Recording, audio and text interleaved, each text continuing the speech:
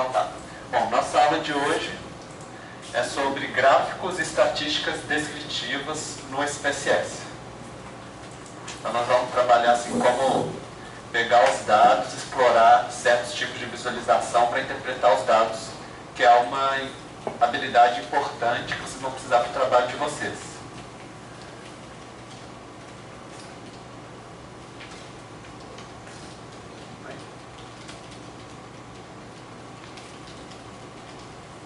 Está funcionando?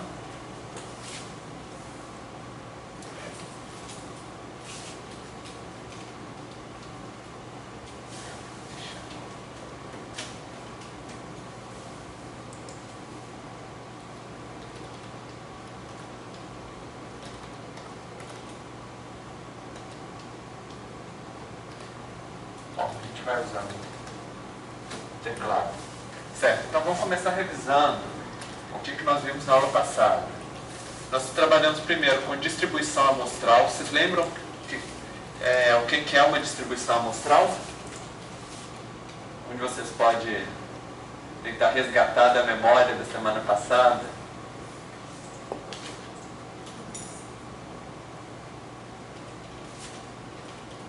Nada? Sumiu mesmo?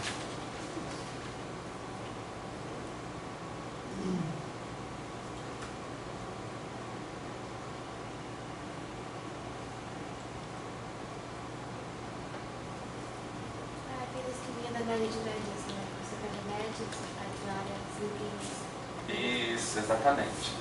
O média de média é um exemplo de distribuição amostral. Distribuição amostral, ou seja, você pega um parâmetro de diversas amostras e faz o seu histograma com esse parâmetro. No caso, a gente usou o de média na aula passada, mas é exatamente isso. E aí tem as propriedades, né? Que a gente fez de desvio, o erro padrão, que seria como se fosse o desvio padrão da média das amostras que a gente trabalhou. Então, foi justamente erro padrão da média. A gente viu como que às vezes a gente não consegue analisar todas as amostras da nossa população. Então, por base de uma amostra que a gente tem, a gente vê a média, o desvio padrão, e a gente tenta estimar, certo, qual que seria, por exemplo, o erro padrão da nossa distribuição amostral. Olha lá. E como que seria, por exemplo, como que a média a gente pode trabalhar com intervalos de confiança, que seria o outro tema. Algum de vocês lembra o que é o intervalo de confiança? O intervalo que os valores que tem são os que realmente utilizam a média.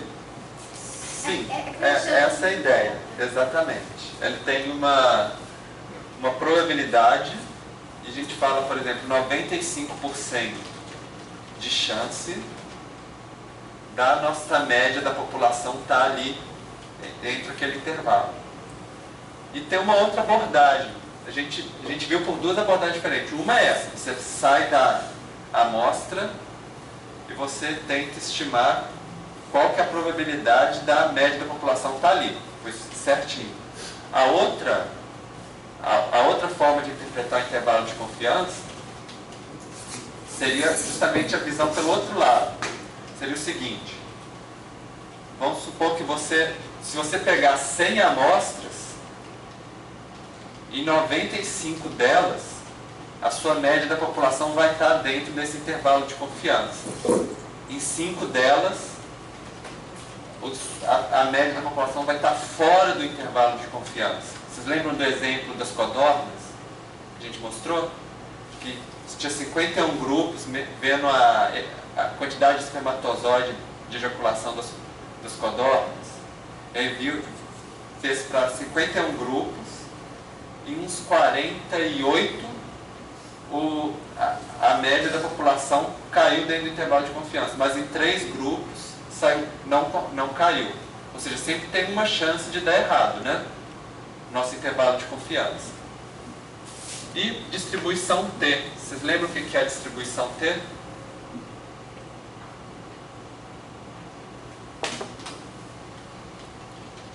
Foi o finalzinho da nossa aula. A distribuição que você vai trabalhar lá na normal. Então, ela vai dar uma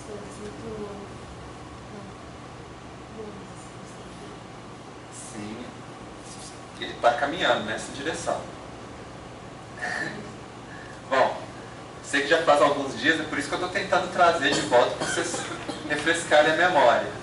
Distribuição T, ela é utilizada quando a nossa amostra é muito pequena. Então, quando a amostra é muito pequena, normalmente ela não segue uma distribuição normal. Então, é uma outra forma de distribuição que ela é ajustada.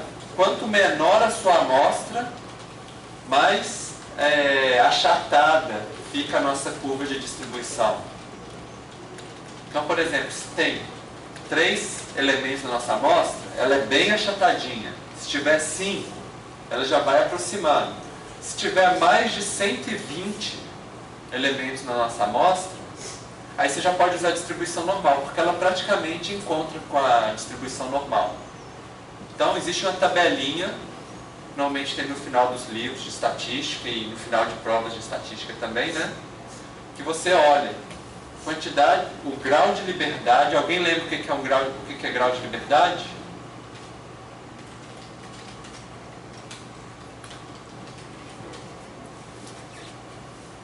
Alguém? Quando você pega um auxílio padrão e divide por n-1, n-2, aí esse n-1, n-2 é exatamente o grau de liberdade. Para a média, seria n-1.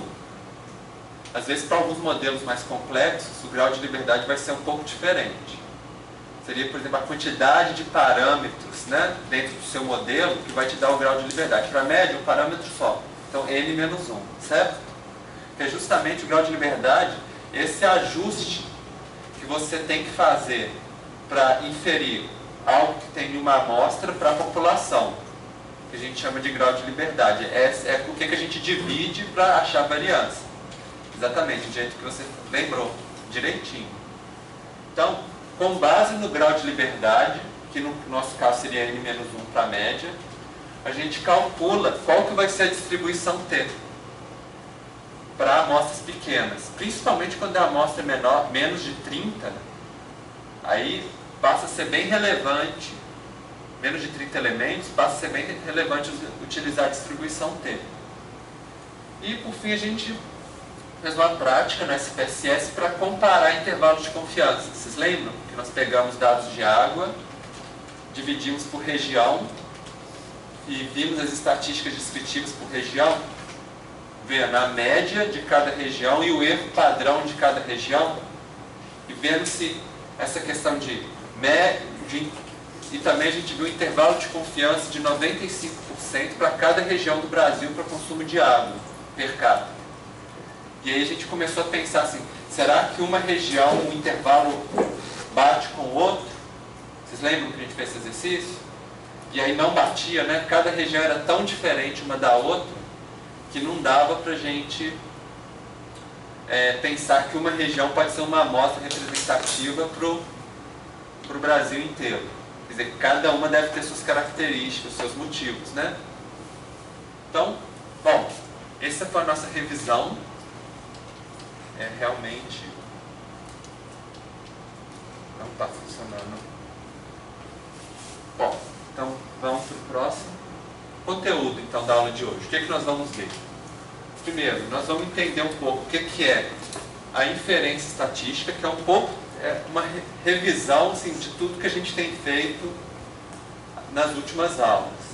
Depois, nós vamos ver como que a gente pode explorar visualmente se os nossos dados estão com uma distribuição normal ou não, tanto na forma de testes quanto na forma visual, por gráficos. Nós vamos trabalhar um pouco com gráficos de caixas e bigodes, que também chama de box plot ou box and whiskers. Whiskers é bigode, então vamos ver como a gente trabalha com valores discrepantes ou valores atípicos, que também tem esse nome, eu acho que no SPSS chama de valores atípicos. São valores que se distanciam muito da nossa média, da nossa amostra. Vamos trabalhar com gráficos QQ, que eles ajudam a mostrar como os elementos estão desviando de uma população, de uma distribuição normal. E nós vamos trabalhar com algumas transformações de dados no SPSS. Quer dizer, como que a gente transforma os nossos dados para resolver problemas de normalidade, quer dizer, se eles estão afastados da normalidade, e problemas de valores atípicos, os outliers.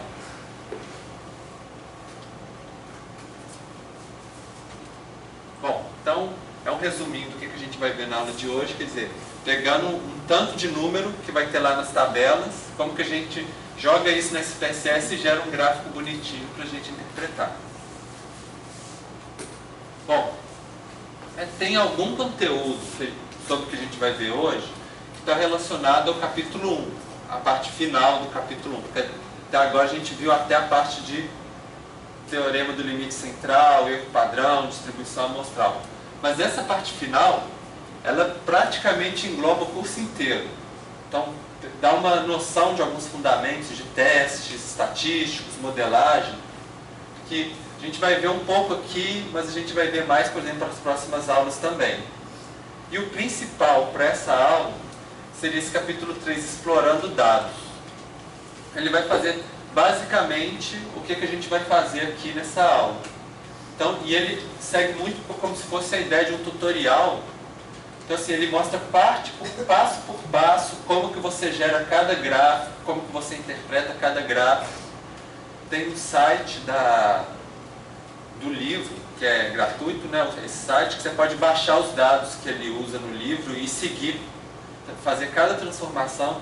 Então, ela é uma boa, esse capítulo, por exemplo, para o trabalho de vocês. Se vocês esqueceram como que interpretam um certo tipo de gráfico, como que elaboram um certo tipo de gráfico, vocês podem pegar esse capítulo, que está tanto lá no TDIA, quanto vocês podem pegar o livro da biblioteca e seguir assim, ó, esqueci como que interpreta diagrama QQ, que é o que a gente vai ver. Aí olha lá na parte de diagrama QQ nesse capítulo e vê como que interpreta, como que gera. Então é uma referência para vocês, tá bom? Certo. Então, a nossa aula vai ser muito prática hoje. Então, vou pedir para vocês já entrarem todo mundo ligar o SPSS e abrir o dado de água, o mesmo dado, está lá naquela pasta MTI compartilhado dentro de alunos. Aí vocês, por favor, copiem para o computador de vocês antes de abrir e já vamos começando a trabalhar, desde o início da aula até o final. A ideia é vocês começarem a pegar prática mesmo no SPSS. Qual o nome da pasta? Chama MTI compartilhado, está dentro de alunos, não é a MTI, é MTI compartilhado. Vai ter um arquivo solto ali, água... 2003. Isso, exatamente. É o que a gente utilizou no ano passado, mesmo arquivo. Vocês vão ficar cansados de olhar esse arquivo também. Bom, e só uma coisa, às vezes quando dá 2 cliques, tem alguns computadores que estão abrindo no PSPP em vez no SPSS, quando você dá 2 cliques no arquivo. Então, às vezes, você tem que abrir o SPSS e do SPSS você abre o arquivo. Só dá uma olhada, que às vezes a pessoa abre o PSPP, que é o software gratuito, e nem repara. Vai começando trabalhando, só depois vê, não é SPSS não.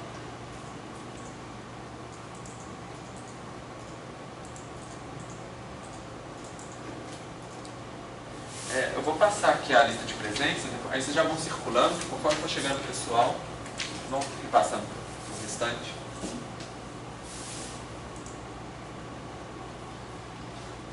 Enquanto vocês estão abrindo, eu tinha marcado um exercício, não tinha? Não, vocês já estavam trabalhando nos dados, né, do trabalho já, então. Foi, exatamente, está certo. Bom, eu já tinha conversado com vocês vocês já estão levantando os dados do trabalho já? Então, eu não tenho aula passada, eu tenho uma dúvida para tirar qual é o tema do trabalho, só que... Não, pode falar, a gente está aqui, é bom que o pessoal ainda está chegando. Eu não sei se vai ser possível. Sim, pode falar. É que eu faço o meu TG com delimitação de bacinas, eu estou testando 6 algoritmos. Aí eu queria saber se dá para aplicar isso e usar para o tema do projeto. fazendo comparação entre os algoritmos com tabelas ASCII. Dá para extrair os dados. Você tem algum tipo de variável para essas subbacias? Tem várias variáveis. Que tipo, por exemplo? Assim? Tem todas as características morfométricas de uma bacia. Tipo índice de compacidade? Isso. E você quer que outros? Assim, você pode falar, dar exemplos, assim, só para tentar entender. Você tem índice de compacidade, tem densidade de drenagem, tem número de áreas de contribuição, que é o principal elemento que eu quero trabalhar. E assim, são 6 algoritmos, eles me dão resultados um pouco diferentes um do outro. E eu tenho uma referência para comparar. Certo. Bom, essa questão da comparação entre os algoritmos é interessante, embora não seria o foco do trabalho aqui. Eu tenho uma outra opção, se não puder. Não, mas É que ia me ajudar.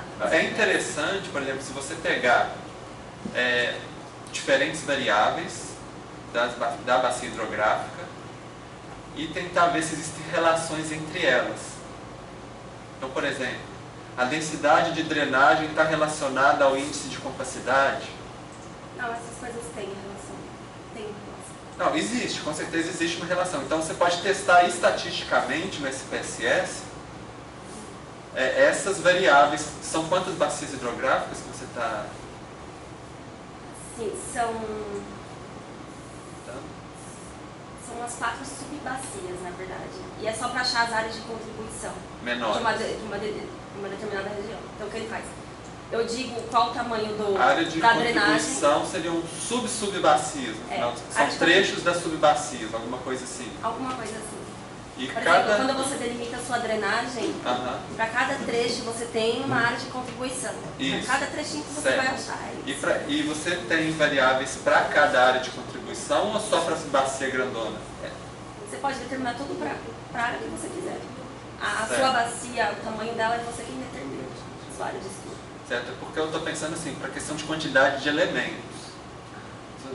Para você ter uma relação estatística, ia ser bom se você tivesse pelo menos umas 30.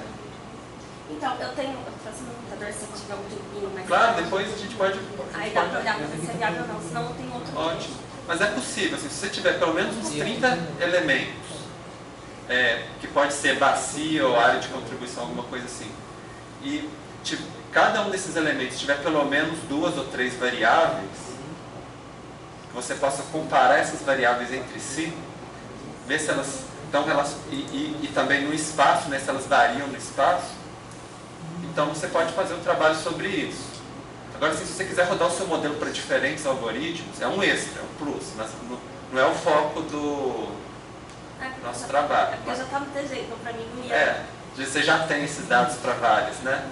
Então, também você pode utilizar, seria um plus, né? Os dados já E eu ajudo, se você quiser fazer a mais, eu ajudo a melhorar o seu conceito também, não tem problema, mas não é obrigatório não. Se você tiver só para um dos algoritmos e quiser fazer um modelo, esses modelos relacionando as variáveis, já está ótimo. Aí seria em grupo ou individual? Individual. Tudo bem, não tem problema não. A gente pode ver isso também, não tem problema, tá bom? E você também? O meu era sobre listas. A gente está vendo os dados aí. Está levantando os dados, né?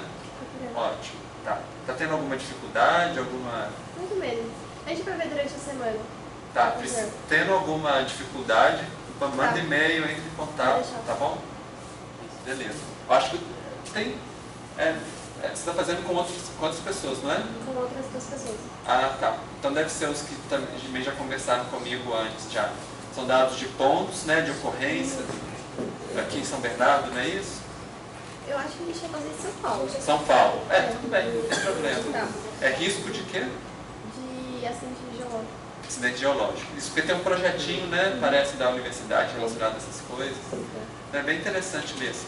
Até estava pensando para quinta-feira, fazer um exemplo meio hipotético, assim, de declividade relacionada a pontos de ocorrência, como passar isso para polígono, algo que talvez pode ser útil para o trabalho de vocês. Só para a gente ficar mais familiarizado no quanto disso, como que faz esse tipo de transformação. Tá. Mas vocês já devem estar acostumados também, então não tem problema. Bom, então vamos voltar para esse PSS. Então, todo mundo abriu? o arquivo? Então vocês vão lá, em gráficos, caixa de diálogo, legadas e barras. A gente vai gerar primeiro um gráfico de barras, super simples. Na verdade, a gente vai trabalhar graficamente o que a gente viu na aula passada, no final da aula passada, fazer uma conexão agora. Então vocês vão fazer gráfico simples, resumo para grupos de casos. Aqui eu ia pedir para vocês para resumir caso, aí vocês vêm aqui no definir barra simples, né? Vamos colocar a variável de média, assim, coloca assim, outra estatística, por exemplo, a média. E aí vocês vão colocar aquele consumo de água pela população total aqui na variável, certo? Aqui, às vezes, você pode colocar outros tipos de variáveis, a média é o que a gente está procurando, então não tem problema. E no opções... população atendida, total, né? Total, exatamente. AG 020. E aí a gente vai colocar como eixo de categoria a região do país, certo? E vamos clicar em opções. Importante, eu acho que aqui a gente pode colocar aqui, resumir casos variável por variável, tá bom? Vocês lembram dessa diferença? Resumir casos pelo método listwise fala o seguinte: se nenhuma região estiver em branco, eu não considero das outras regiões. Esse caso variável por variável, para cada região eu vou considerar todos os valores que existem para a região, certo? E nós vamos colocar aqui exibir barra de erros. E para colocar o erro padrão. Normalmente está 2, eu coloquei 1,96 porque a gente está trabalhando com esse score de 1,96 para 95% de confiança. Então, é só colocar exibir barra de erro, erro padrão, multiplicador 1,96 e continuar, certo? Aí, todo mundo vai clicar em OK. Então vai gerar um gráfico. Deu mais ou menos esse tipo aqui? Deu, né? Então, como é que você interpreta esse gráfico? Muito simples. Para cada região que está aqui, aqui vai ser a média de consumo de água para cada região. Então, por exemplo, o norte vai estar aqui entre, sei lá, uns 18 mais ou menos, né? No SPSS depois vocês podem até, nesse visor de saída, trabalhar em cima do gráfico para colocar o número aqui, tem um tanto de opções, vocês podem ir editando. E esse tipo de edição não tem no PSPP, tão bonitinho. Por isso que muita gente gosta do SPSS. E aqui o que a gente tem? É justamente essa barra mostrando 1,96 vezes o erro padrão. E aí o que a gente vê? O que um pouco a gente viu na aula passada, que de região para região, mesmo considerando o erro padrão, 1,96 vezes, praticamente esses intervalos não encontram um com o outro de região para região. Por exemplo, esse aqui, o máximo desse está bem longe do mínimo desse daqui. Só esses dois aqui que está bem próximo, né, da região sul e do centro-oeste, que o finalzinho de um praticamente encontra com o finalzinho do outro. Mas mesmo assim, a maior probabilidade é que a média do sul está bem diferente da média do centro-oeste. Certo? Bom, então esse é o primeiro gráfico. É importante que vocês, se o trabalho de vocês tiverem alguma diferenciação em grupos, por exemplo, não sei se vocês quiserem dividir, por exemplo, vocês falaram dos municípios, né? Pode ser por região do país, por exemplo. Ver como que certa variável de vocês, a média, varia em diferentes regiões do país. Ou pode ser igual vocês falaram, como que varia, por exemplo, em relação à qualidade das unidades básicas de saúde. Você pode fazer qualquer tipo de agrupamento, não precisa só ser geográfico, não. Pode ser de tipos diferentes, né? Ou igual alguém vai pegar setor censitário, e pode ser área urbana, área rural, por exemplo, ver se tem diferença no índice que vocês estão calculando. Por exemplo, a questão do risco de deslizamento, pode ser, é diferente, por exemplo, esse variável que a gente está trabalhando em relação à área urbana e à área rural, os riscos, né? É algo para se pensar. Então, se você puder sentar próximo da gente, fica mais fácil, eu acho, para enxergar que às vezes algum gráfico, algum valor aqui, o texto pode ficar pequenininho, né? Como a gente vai estar trabalhando na prática. É legal que você está trabalhando com o SPCS, que o Arthur Zimmermann também trabalhou com ele no quadrimestre passado na aula de métodos quantitativos para ciências sociais. Ah, vocês fizeram esses métodos quantitativos? Não? Não, só eu fiz. Ah, então tá. Estudante de PP e de RI, eu acho. Tá. Entendeu? Daí eu acho que faz uma ligação das duas matérias, né? Da aula da Flávia, do quadrimestre passado, de cartografia junto com ele, exatamente. Daí eu acho que é um implemento. Aí pode sentar aqui perto, a gente acabou. Pode deixar aí vocês vão passando conforme for chegando o pessoal. Só para te explicar, a gente pegou o dado de consumo de água, que está na pasta MTI compartilhado dentro de alunos. A gente só pegou ele e mandou exibir as médias com barras de erro. Então, dá para repassar. Talvez não vai dar tempo de acompanhar, né? Mas dá para explicar. A gente criou esse gráfico de barras dentro do SPSS, selecionando consumo de água e com eixo de categoria região do país. Você estava na aula passada? Não. Então, na aula passada, a gente trabalhou com esses dados em tabela descritiva. Então, a gente simplesmente visualizou agora em gráfico o que a gente viu na aula passada. Certo? Só para a gente ver como que esses intervalos eles são bastante distantes um do outro, mesmo considerando o erro padrão que poderia estar associado a essa média. Porque como a gente viu na aula passada, esses dados aqui são baseados em amostra. São amostras grandes, mais de 50% dos municípios, mas só amostra. A gente está tentando estimar o valor para a região inteira aqui, baseado em uma amostra de dados que a gente tem para essa região, certo? Esse é aquele contexto que a gente está trabalhando aqui. Bom, aí só uma piadinha, né, que é as barrinhas conversando umas com as outras, daí elas olham, no caso aqui pode ser o desvio padrão ou erro padrão, né? Aí uma delas tem a barra gigante, aí elas olham e falam, poxa, não dá para confiar em você. E justamente onde está o erro, é o que vocês vão começar a tentar também quando vocês fizerem para o trabalho de vocês. Será que tem um erro padrão muito grande, ou um desvio padrão muito grande?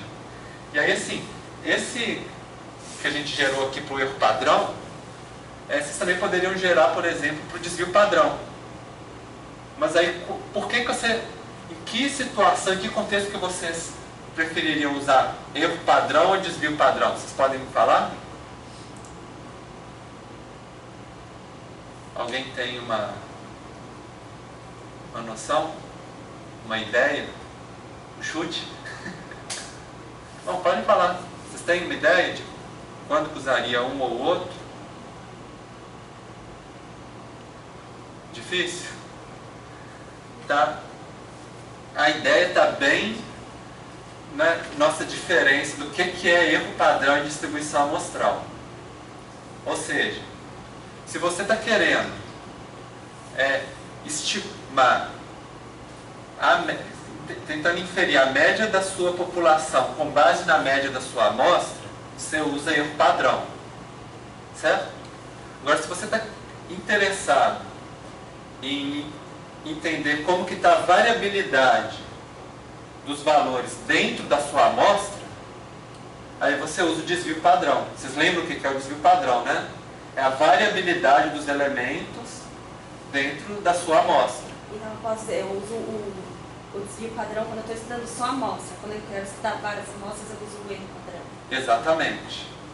Você poderia colocar aqui também. É ótimo, não ia ter problema nenhum. É justamente, você teria uma ideia de quanto que está variando dentro da sua amostra, né? Então, cada uma das regiões seria uma amostra. Então, exatamente. Poderia ser. Seria o caso, por exemplo. É um contexto diferente, né? Não se você está num contexto, você tem várias amostras e quer, por exemplo, eu quero saber a variabilidade na região norte, na região nordeste, na região sul, por exemplo, aí eu uso desvio padrão.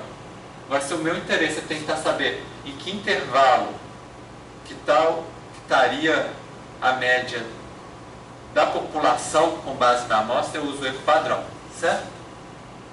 Visualmente é muito parecido, vocês têm que olhar aqui embaixo, está escrito barra de erros. Se vocês colocassem desvio padrão, ia estar escrito desvio padrão aqui embaixo, certo? Então, agora a gente entra no tema da inferência estatística, que não é nada mais do que o que a gente está fazendo desde o início do curso. O que é a definição técnica de inferência estatística? Método científico para tirar conclusões sobre os parâmetros da população a partir da coleta, tratamento, análise de dados de uma amostra recolhida dessa população. Nada mais do que a gente está fazendo para a média desde os exemplos, desde a primeira aula. E aí, um diagramazinho para a gente conseguir visualizar seria o seguinte: a gente tem a nossa população, aí a gente vai usar uma técnica de amostragem. Lembra que a gente trabalhou na primeira aula aqueles métodos de pesquisa social? Como que a gente pega métodos para a gente pegar dados da nossa população e trabalhar eles dentro de uma amostra? Então, faz uma amostragem, achou a nossa amostra aqui. Na nossa amostra, a gente vai calcular parâmetros. Vocês lembram desses símbolozinhos aqui? O símbolozinho do X com a barrinha é a média da amostra. E do S2 aqui é o quê? Variância. Sem o 2 aqui é o desvio padrão, certo? Então a gente tem os estimadores da nossa amostra. O que a gente faz? Tenta fazer a inferência dos parâmetros da população. Vocês lembram que tem essa diferença da notação? Média da população é esse. Média da amostra é esse aqui.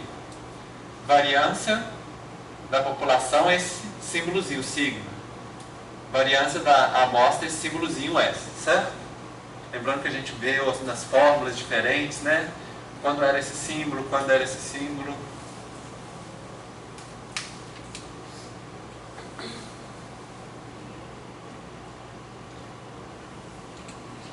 A gente vai ficar indo e voltando nos... A gente tem que fazer isso, indo e voltando nos assuntos das aulas passadas, justamente para vocês conseguirem fazer a conexão do que a gente está trabalhando. Bom, e existem dois grandes grupos de técnicas de inferência estatística. São as paramétricas e as não paramétricas. Paramétrica é quando a gente assume que a nossa distribuição ela segue uma fórmula matemática conhecida. Por exemplo, a distribuição T, a normal, por exemplo. Mas alguns parâmetros são desconhecidos. Por exemplo, a gente sabe que a forma geral é assim, por exemplo, mas alguma variável para calcular essa fórmula a gente vai substituir por algo da nossa amostra. Por exemplo, a gente sabe que a fórmula é assim, mas a gente não sabe o quão alto, por exemplo, se os valores são 100 ou se são 10, por exemplo, né? Que vai dar a referência da nossa amostra, qual que vai ser o eixo vertical e horizontal. Isso é o que a gente vai trazer da nossa amostra. E tem os métodos não paramétricos, quando realmente a gente não tem ideia nenhuma de qual que é a nossa distribuição. E muitas vezes, assim, às vezes é tão bagunçada a nossa distribuição que aí a gente realmente não consegue encaixar em função matemática nenhuma. Então existem técnicas também para utilizar. Os modelos paramétricos, normalmente eles te dão mais informação. Por exemplo, a gente viu naquele exemplo da 2 aulas atrás, como a gente sabe a função matemática da curva normal, a gente consegue calcular a probabilidade. Para os métodos não paramétricos é muito mais difícil, a incerteza é maior. E aí no curso da gente a gente vai trabalhar mais com modelos paramétricos que seguem distribuição normal.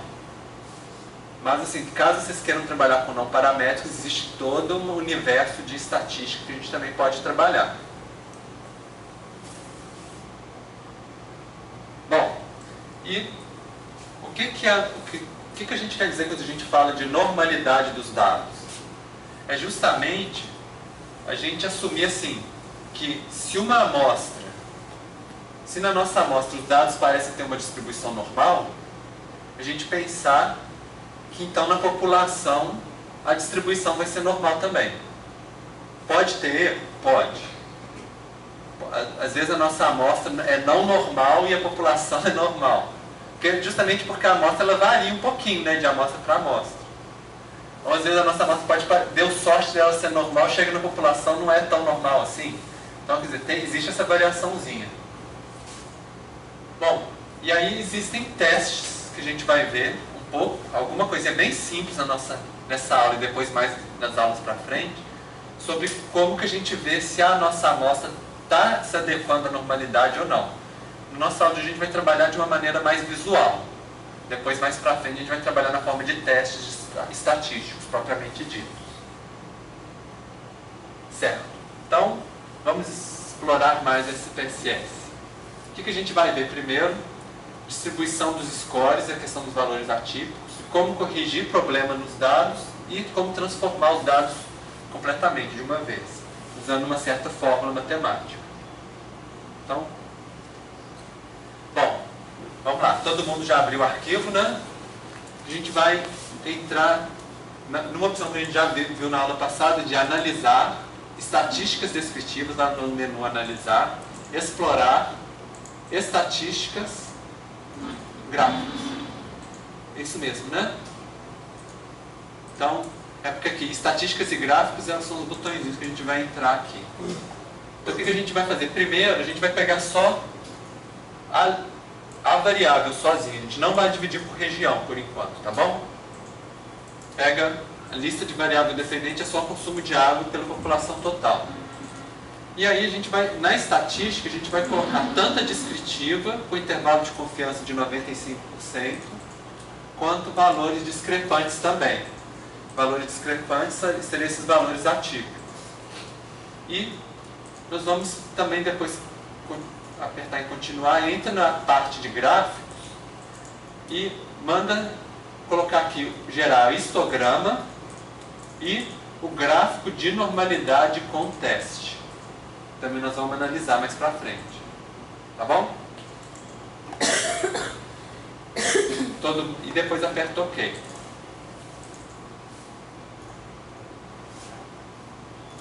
Todo mundo chegou lá? Gerando resultado?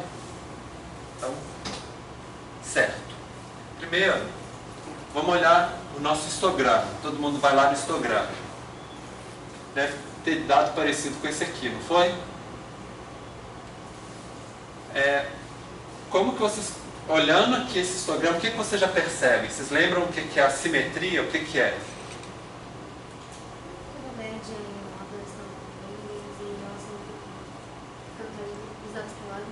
Isso é a simetria. Sim.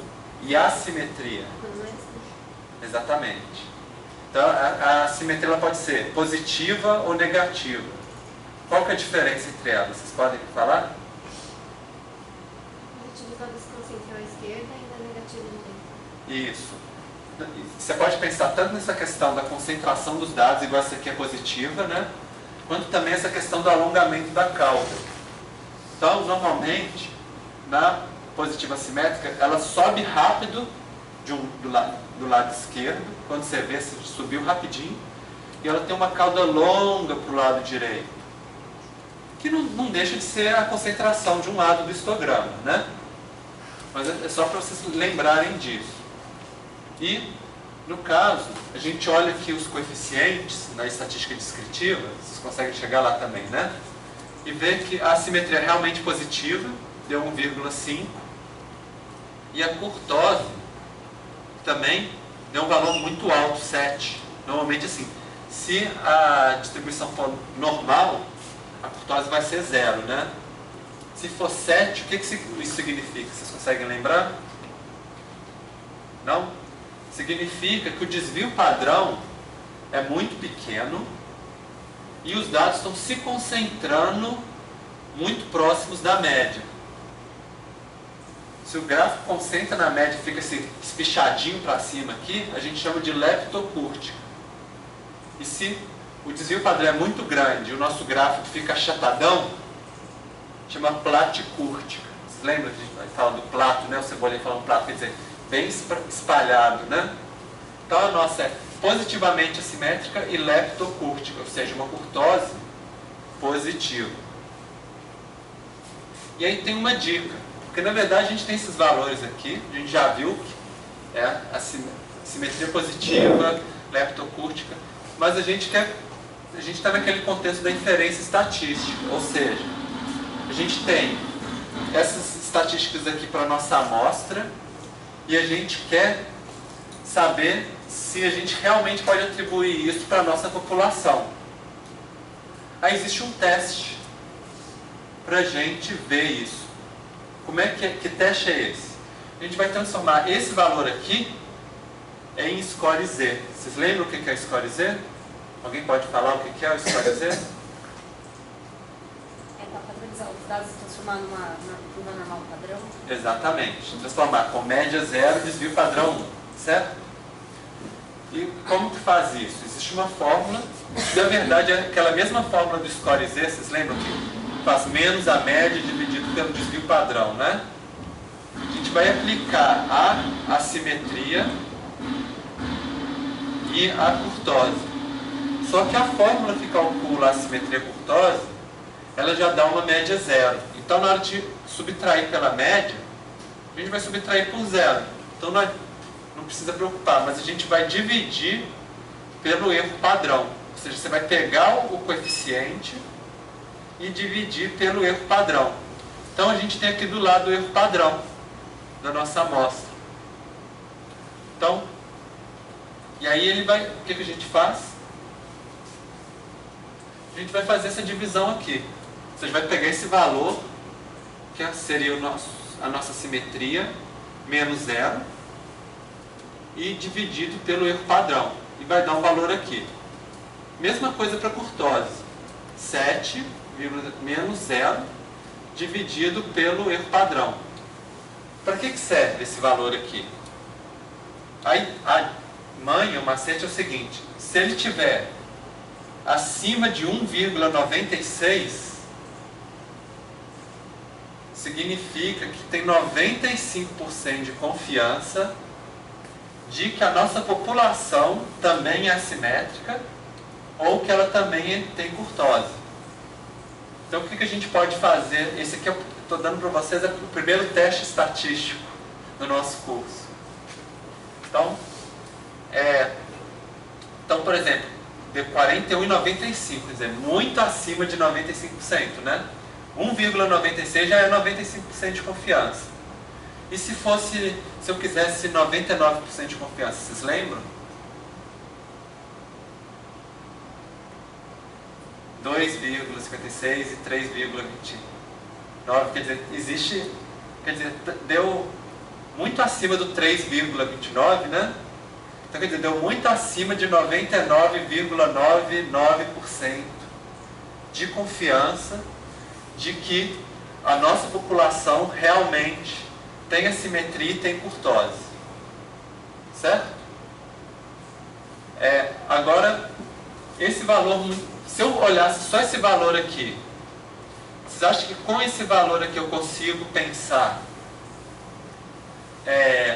o quanto que a nossa população é assimétrica ou o tanto que a nossa população é leptocúrtica? O que vocês acham?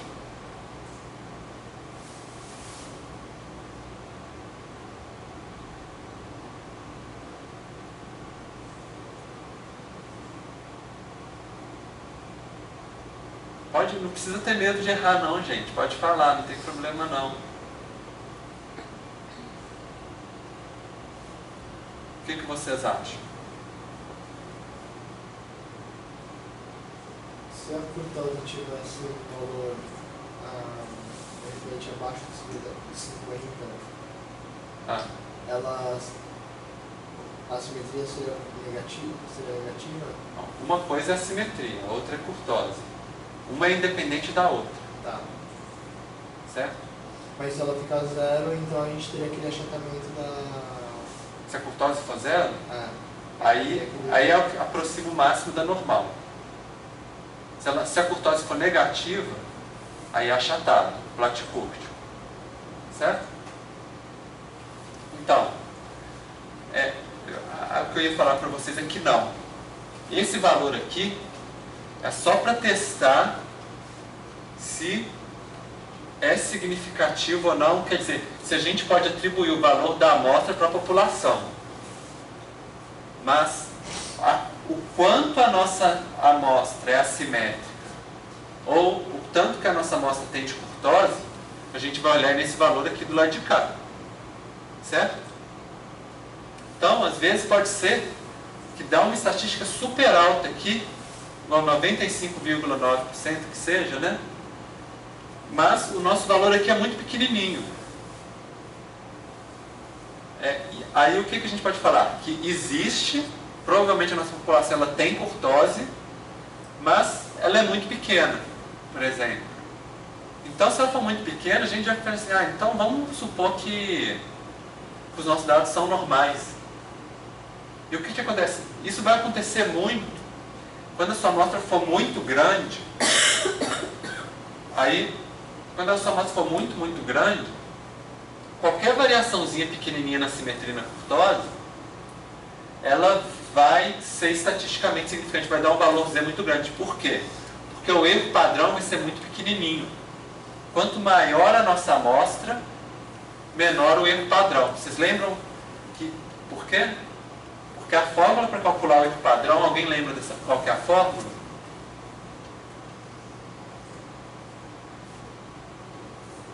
É o desvio padrão da amostra dividido pela raiz quadrada da quantidade de elementos da sua amostra. Então, quer dizer, quanto maior a sua amostra, menor vai ser o seu erro padrão. Quanto maior o seu desvio padrão, maior vai ser o seu erro padrão. Então, quer dizer, se a amostra for muito grande, com certeza na hora que você dividir aqui, vai dar um valor muito alto, que é o que aconteceu aqui. Nossas amostras, elas têm mais de 200 elementos, elas têm mais de... Para o Brasil, acho que nossos dados têm 4.000 elementos, então, quer dizer, muitos dados. Então, o valor aqui, a tendência é sempre ficar muito alto. A nossa amostra, ela sempre vai refletir muito bem a nossa população. Mas, o que vai ser importante é a gente verificar se esses valores são altos ou baixos. Certo? Então, outra coisa que a gente pode perceber no histograma que a gente gerou. Pode estar pequenininho, passar despercebido para vocês, mas agora vocês vão olhar. Estão vendo que tem uns valorzinhos aqui, ó, na barra, lá longe, vai até chegar lá perto do 200. Esses seriam os valores atípicos, ou seja, se vocês pensarem numa distribuição normal, normalmente a gente ia esperar que depois que chegou aqui, terminou a cauda, ia chegar no zero, né? Ou seja, seus valores iam estar praticamente todos até o final da cauda aqui. Só que o que a gente percebe? Tem uns valores que estão lá na frente. Então, e eles costumam ser um problema para as nossas análises, porque elas vão influenciar muito, esses valores ativos vão influenciar muito a média e o desvio padrão. Então, às vezes assim, os nossos dados são todos bonitinhos aqui, mas por causa dos nossos valores atípicos, vai mudar demais a nossa média e o desvio padrão. Não só eles, mas diversos outros parâmetros. Então, outros modelos, fazer um modelo de regressão linear, valores atípicos vão influenciar. Se quiser fazer, por exemplo, o cálculo da simetria da curtose, né? Esses valores aqui, atípicos, vão influenciar também. Então, eles vão estar sempre exercendo uma influência grande sobre a nossa amostra, sobre os parâmetros. Então, para trabalhar um pouco esses valores atípicos, a gente vai trabalhar com o diagrama de caixas e bigodes. Como que a gente faz um diagrama de caixas e bigodes? Você pega uma caixa, pega um gato com bigode e você faz o diagrama de caixas e bigodes. Então, o que ele significa? Aqui é a caixa, né? E aqui o bigode do gato. Vamos lá.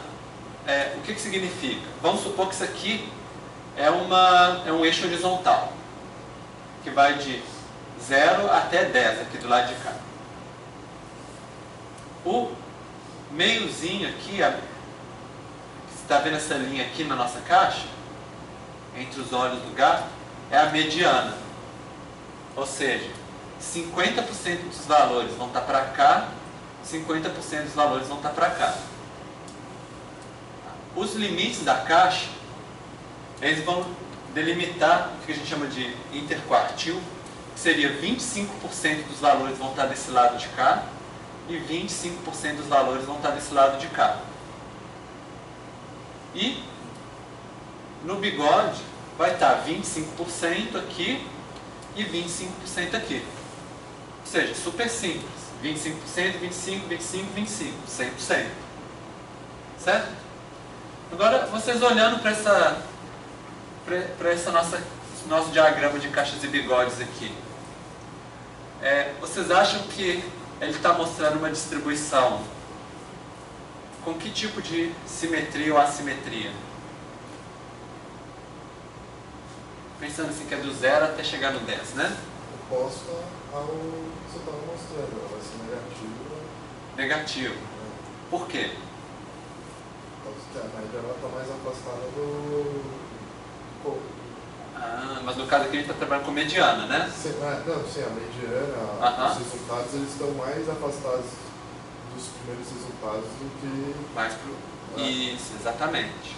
O que às vezes algumas pessoas costumam confundir é porque assim, como elas veem que está pequenininho aqui, elas acham que, na verdade, que tem mais valores, porque é maior o elemento, né? Mas é justamente o contrário.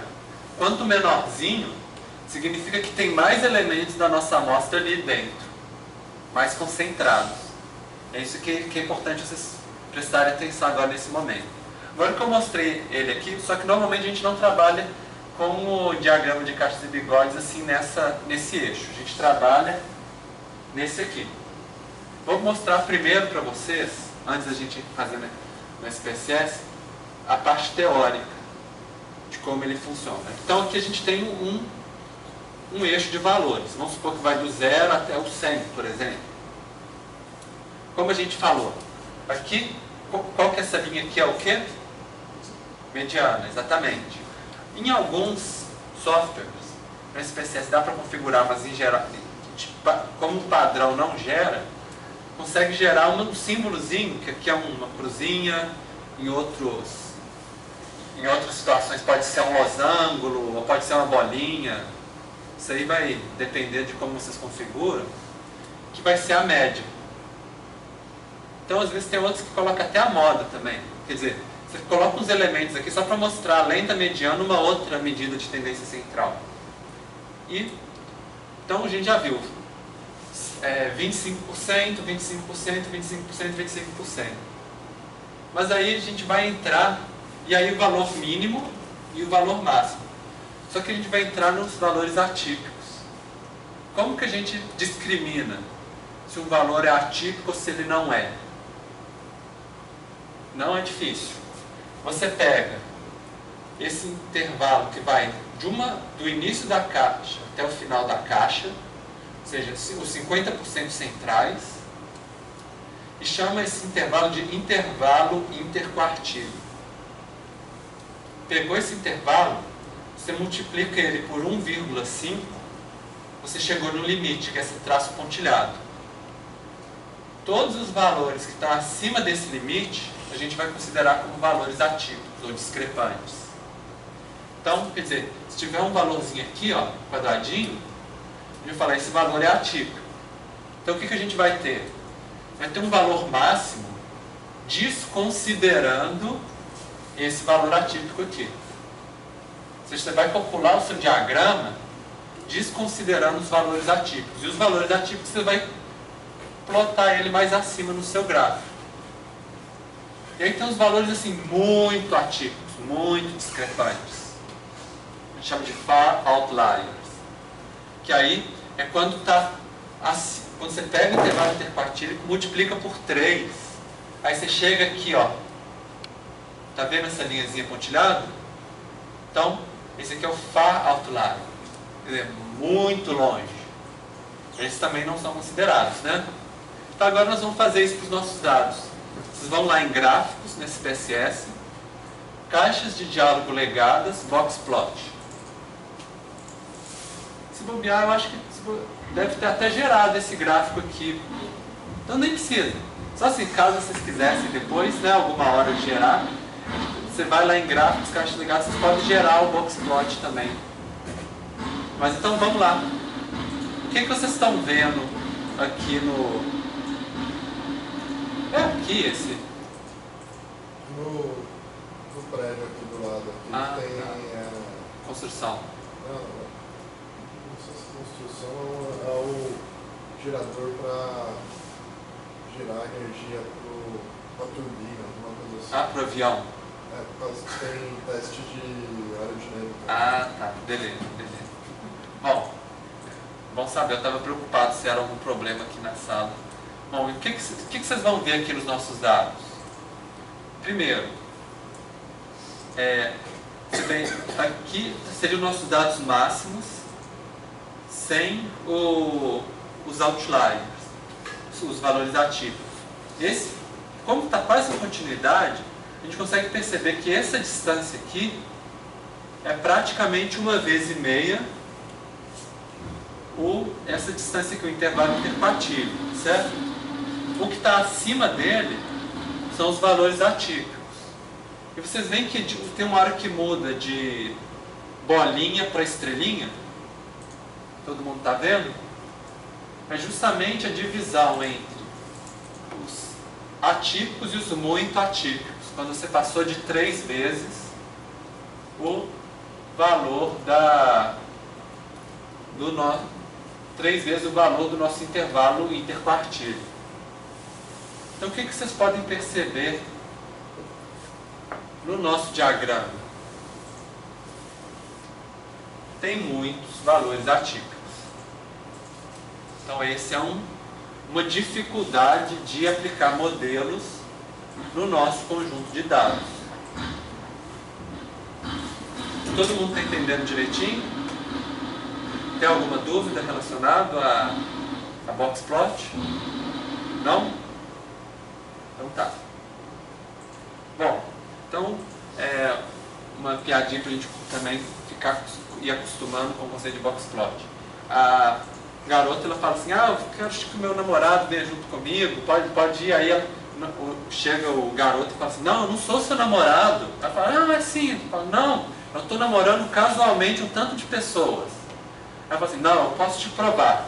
Eu fiz esse diagrama de box plot e aqui eu consigo te mostrar que você está passando comigo mais do que o dobro do tempo o que você está passando com qualquer outra pessoa. Então, aí ela fala, eu sou claramente um valor atípico, discrepante. Aí fala, realmente a sua matemática é irrefutável. E ela fala assim, sim, você é minha cara metade estatisticamente significativa. Uma outra maneira também da gente pensar nos valores atípicos é quando você tem um gráfico e você tem uma distribuição, os elementos eles parecem seguir uma certa distribuição. Por exemplo, pode ser a normal, distribuição normal que a gente viu nas outras passadas. Nesse exemplo aqui é uma linha curva, né? Não linear também. Só que aí de repente alguns elementos estão fora dessa distribuição. Por exemplo, esses dois aqui. Então, normalmente os estatísticos eles ficam muito tristes quando eles veem os elementos discrepantes, atípicos, porque vai atrapalhar os modelos deles. Antes aqui ele poderia explicar tudo certinho como a fórmula matemática, com os outros dois lá, sua capacidade de explicação do modelo cai lá embaixo. Só que aqui na piadinha, na verdade, apesar de normalmente o pessoal ficar triste, é que eles só ficaram felizes, né? Porque deu o smile, o rostinho feliz no nosso gráfico. Mas é só na piada mesmo, normalmente o pessoal ficaria triste. Bom, mas eu queria até comentar um pouco, talvez esse exemplo a gente pode até pensar, que é o seguinte, embora normalmente a pessoa fique triste, né? Às vezes, na hora que você vai analisar quais que são esses casos aqui, que você vai descobrir algo super interessante para a sua pesquisa. Porque aí você vai descobrir assim, que fatores, que causas que fazem com que esses dois elementos aqui caiam fora da normalidade. Aí você vai descobrir, por exemplo, que é um município, por exemplo, que ele tem um atributo especial, por exemplo, recebe impostos de hidrelétricas, ou de mineração, ou de petróleo, né? E que por isso ele está totalmente fora da sua linha de explicação. Então, quer dizer, aí que você começa a entender mais sobre o mundo. Ou às vezes pode ser um erro de digitação, né? Então, assim, o que é? Bom, e outro gráfico que vocês devem ter gerado é o QQ-plot. O que esse gráfico mostra? Em um eixo, ele mostra os valores observados. E no outro eixo, ele mostra o valor esperado caso fosse uma distribuição normal. No caso aqui a gente está falando de uma distribuição normal padrão, né? Então, o que a gente vê? Em uma boa parte dos nossos elementos, eles se aproximam de uma normal. Mas principalmente os valores mais baixos e os valores mais altos estão desviando da normal. Que é o que a gente estava vendo nos valores, justamente o que a gente viu no box plot, no de caixas e bigodes, que tem uns valores discrepantes. Vocês lembram? Olha só como é que eles estão afastando muito da normal. Aqui está afastando só um pouquinho, mas aqui está afastando um bocado. Então, quer dizer, quando você esperava que encontrar um valor 60, se fosse a distribuição normal, na verdade o valor observado é 200. Então, quer dizer, as nossas pontas estão afastando da normalidade. É o que a gente consegue ver nesse tipo de gráfico. Vocês conseguem perceber? Essa linha aqui é a linha que, se os nossos pontos, se as bolinhas caíssem todas nessa linha, significa que a nossa amostra ela está seguindo a distribuição perfeitamente normal. Esse aqui é um exemplo.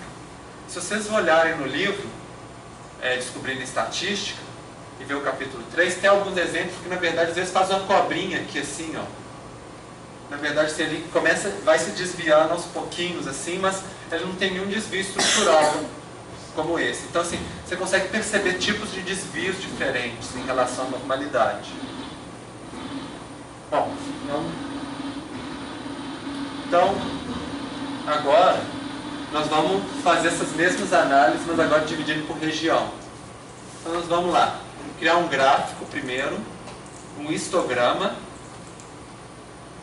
Então vamos lá, gráficos, caixas de diálogos legadas, histogramas. Vai criar uma variável, consumo de água per capita, pedir para exibir a curva normal e colocar o painel por região, certo?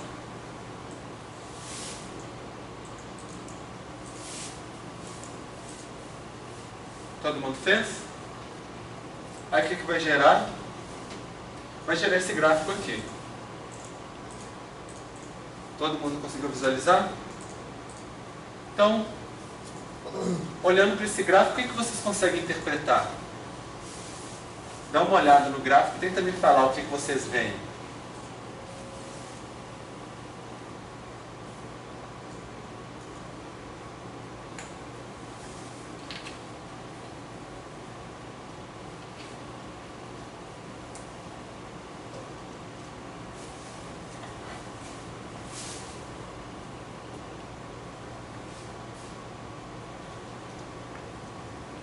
Pode falar, né? Tanto a assimetria quanto a curtosa, ela muda de região para região. Aham. Certo. Como que ela muda? Você pode mostrar exemplos, explicar?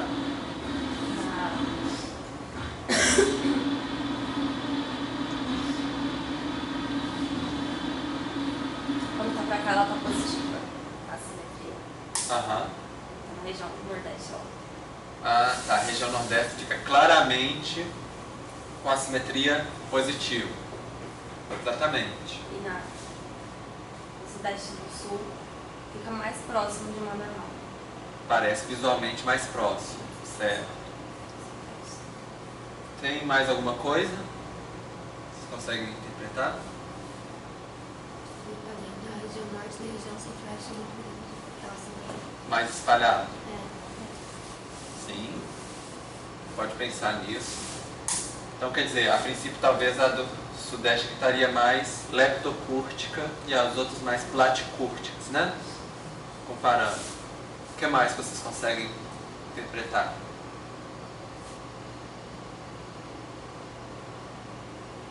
O Sudeste parece que tem mais valores. É que não aparece aí, mas aparece no computador. Tem mais pontos fora Fora? da Fora do quê?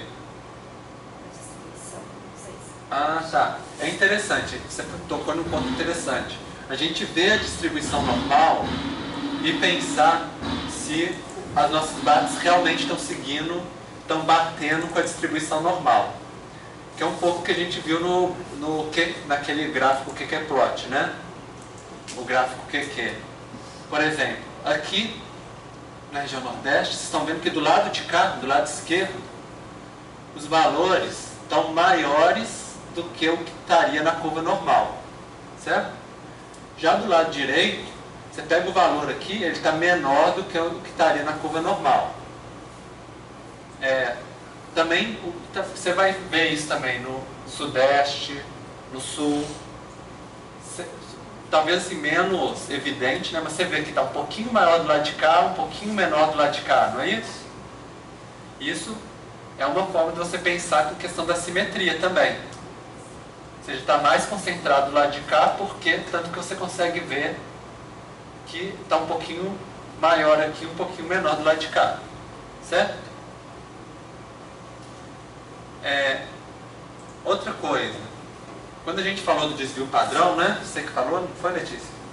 A gente tem que ter um pouquinho de cuidado, porque se a gente varia a escala horizontal, o gráfico pode mudar bastante visualmente. Se você estica, faz um gráfico muito alongado, fica parecendo que todos os gráficos estão achatados, todos os dados estão achatados, as barras. Se você pegasse esse gráfico aqui e apertasse ele, ia parecer que está tudo leptocúrtico, né? Então, às vezes, assim, é importante a gente calcular o parâmetro para a gente ter uma referência. Porque só olhando aqui, por exemplo, a escala horizontal e a escala vertical, se a gente variar ela, às vezes fica parecendo que está achatado, mas na verdade não é.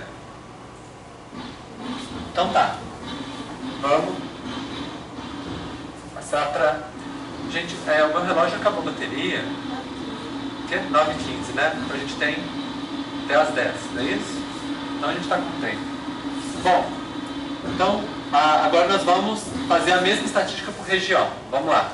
Analisar, estatísticas descritivas, explorar.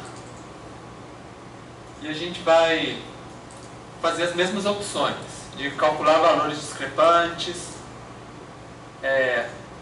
O boxplot vai ser para agrupar níveis de fatores, criar o histograma e gráficos de normalidade com testes. Certo? Consumo de água, lista de fatores por região.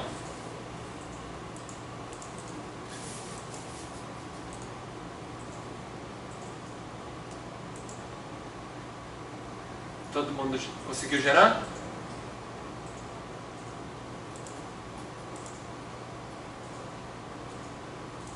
Certinho? Então vamos lá. Então, eu coloquei o gráfico aqui do lado para a gente começar a comparar as estatísticas descritivas. Então, e aqui, para ajudar, eu também fiz aquele teste de tirar o score Z da simetria e da curtose para cada um. Para a gente também começar a comparar. Então, o que a gente vê? Para a região norte, a nossa simetria, a nossa curtose, deu muito próxima de zero. Então, lembra, Letícia, que você falou que achava que o desvio padrão fosse muito grande na região norte? Na verdade, não é. Na verdade, é o mais próximo da normalidade.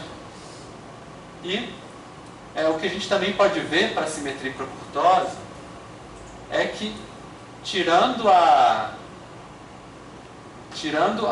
estatística Z, os valores deu menos de 1,96. Ou seja, a gente não pode nem afirmar que esses valores aqui, da nossa população para a região norte, eles são representativos para a população da região, ou seja, para todos os municípios da região norte. Por que será? Uma coisa que a gente pode pensar. Primeiro, o erro padrão é muito grande, está grande. E o desvio padrão também, né? Comparado com uma quantidade menor de municípios que tem na região norte. Lembra que a gente tinha conversado que quanto menor a sua amostra, mais difícil é você ter confiança nesse teste aqui do Score Z. Justamente pela fórmula que calcula o desvio padrão, que calcula o erro padrão. Então, a gente não, esse aqui, além de ter valores baixos, que contribui para dar o Score Z baixo, o erro padrão ele é relativamente alto. Então, deu uma simetria curtosa que não é significativa para a gente atribuir da população, da amostra para a população. Já para as outras regiões deu valor alto.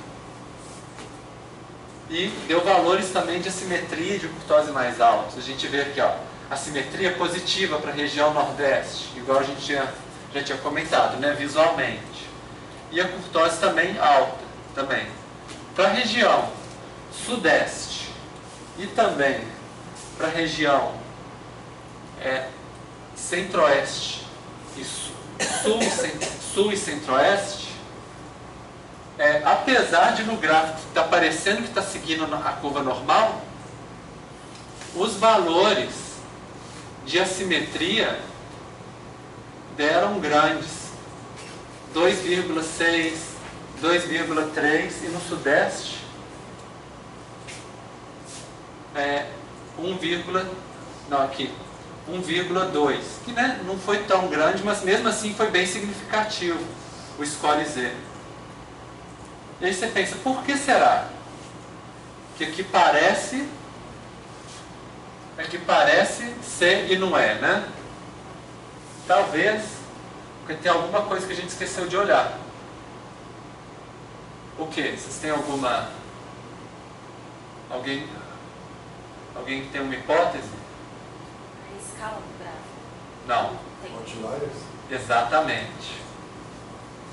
Porque aqui tem um tanto de valores discrepantes que ficou muito pequenininho, não deu para a gente ver no nosso histograma. Porque eles vão estar influenciando a nossa simetria e também a nossa curtose. Então, o que a gente vê?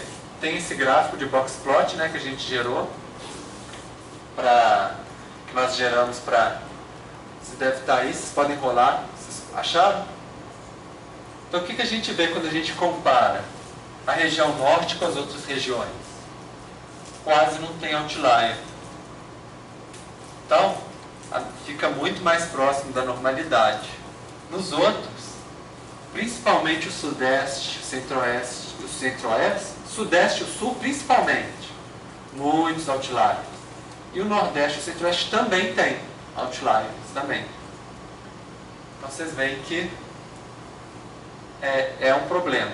O que mais que a gente consegue ver nesse box plot aqui? A gente consegue perceber, por exemplo, como que a mediana está em locais diferentes, certo? São diferentes de uma região para outra. Vocês conseguem perceber também, por exemplo, que no Nordeste, por exemplo, a gente viu que os valores estão muito concentrados. Lembra que a gente falou que os valores são muito concentrados na parte esquerda do gráfico para o Nordeste? Você consegue ver no box plot aqui também, que 50% está ocupando uma região bem pequenininha da nossa escala de valores. Já, por exemplo, no Sudeste, eles ocupam um valor bem maior, certo? Já no Centro-Oeste, é engraçado assim que os 50% valores em torno da média estão bem próximos, mas depois os outros valores estão um pouco mais afastados. é interessante vocês começarem a olhar para o boxplot e começar a perceber essas coisas, porque quando vocês gerarem para os dados de vocês, vocês também vão ter que fazer esse tipo de interpretação também. O que significa, por exemplo, aqui todos os valores atípicos são todos positivos, mas poderia ser que para os dados de vocês tenham valores atípicos negativos também.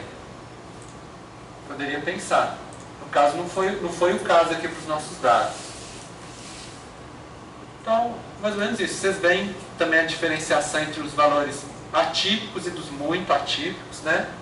Pelo símbolozinho, que é a diferença de 1,5 ou de 3 vezes o intervalo interquartílico. Bom, é mais ou menos isso. Vocês veem que tem uns valores muito altos, né? Também. E agora, assim, vamos supor que você olha aqui e você quer olhar lá na sua tabela de dados qual que é esse valor atípico. Aí você olha aqui o número, que vai estar provavelmente aqui é o número da linha dos seus dados. Então, se vocês forem, depois a gente vai ver como é que a gente pode fazer, se vocês anotarem 4236, depois vocês irem lá na tabela de vocês e olharem o 4236, vocês vão ver qual que é o município, onde que ele está, quais são as demais variáveis para ele. Então você pode fazer uma análise mais detalhada para os seus valores atípicos. Bom, e aqui os gráficos QQ. Vocês conseguiram achar aí nos dados? Então, gera um outro gráfico também que a gente não vai interpretar no nosso curso de desvio da normalidade, mas esses aqui vocês estão percebendo, vocês conseguiram achar, né? Conseguiram todo mundo? Então o que vocês veem? Na região norte, lembra que a gente falou que estaria mais próximo da normalidade, menos valores discrepantes? Então a gente vê aqui, ó, desvia um pouquinho da normalidade, mas pouca coisa. Comparado com as outras regiões, olha só como é que eles desviam bastante quando chega, principalmente aqui a região sul, né? Como é que eles desviam, de repente eles começam a desviar da normalidade. E alguma coisa, os valores menores, isso acontece mesmo. Mas o que a gente está analisando aqui, principalmente, é essa questão dos valores maiores, que estão saindo fora da normalidade.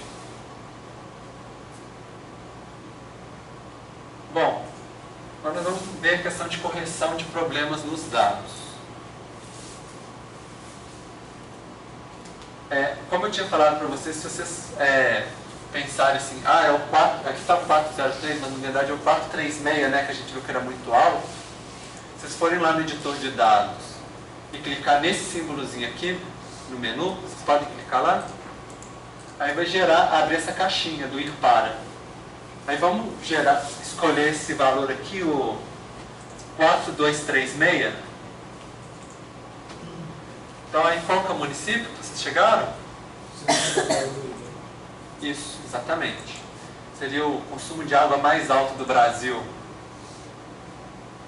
E aí a gente pode começar a pensar, por que será que é o mais alto? Às vezes pode ser que a cidade está na beira de um rio, com água à vontade. O pessoal tem um hábito cultural de usar água. A gente pode pensar e começar a investigar esse tipo de coisa. Olhar na literatura, o que tem sobre isso. E às vezes pode ser que foi digitado errado. Às vezes o que a gente vê? Por exemplo, a gente vê que claramente que faltou colocar a vírgula, teve um erro de vírgula. Você consegue corrigir. Às vezes, por exemplo, você vê que ficou uns zeros a mais, ou repetiu o dígito. São indícios de que foi digitado errado. Pode acontecer.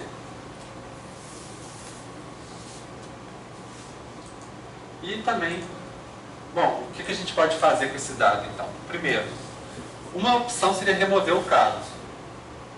Essa é a opção que a gente fica mais tentado, né? Porque a gente vê assim, remover o caso, aí o nosso modelo explica muito bem, então, tudo fica próximo da normalidade, resolveu. Só que, apesar disso, normalmente não é o mais correto, ético, no termos de pesquisa. Por quê? Porque a sua população Gente, eu vou sentar aqui um pouquinho. Nossa, vocês... Ai. Essas costas, né? Nossa. Bom, vocês conseguem me ver? Desculpa, gente. Deu uma bambeira na perna agora. Mas, bom, o que acontece? Às vezes você tem um... Nossa, peraí, gente. Deixa eu baixar um pouco minha pressão aqui, um pouquinho. Tem água aí? Tem sim. Vou beber uma água.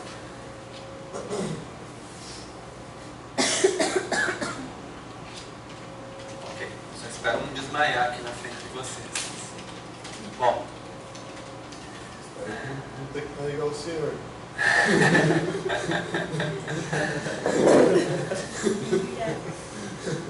Bom, ok. Engraçado, né? Isso não aconteceu nas aulas passadas. Bom, então, mas é porque eu dormi pouco hoje. Bom, o que acontece?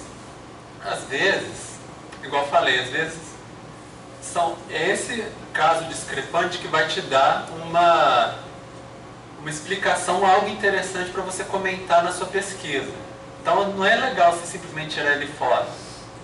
Agora, outras vezes, justamente na hora que você comenta, descobre o fator que está alterando os seus dados, é que você também tem uma justificativa para alterar seu objeto de pesquisa.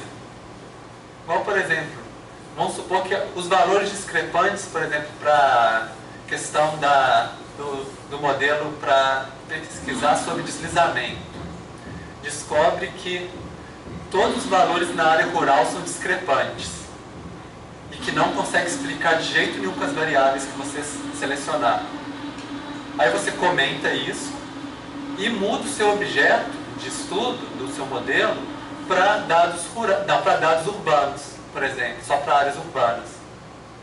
Então você tem uma justificativa, muda o seu objeto, aí você remove realmente os valores discrepantes e roda o seu modelo. Então é uma possibilidade, mas você tem que ter uma justificativa para isso, né?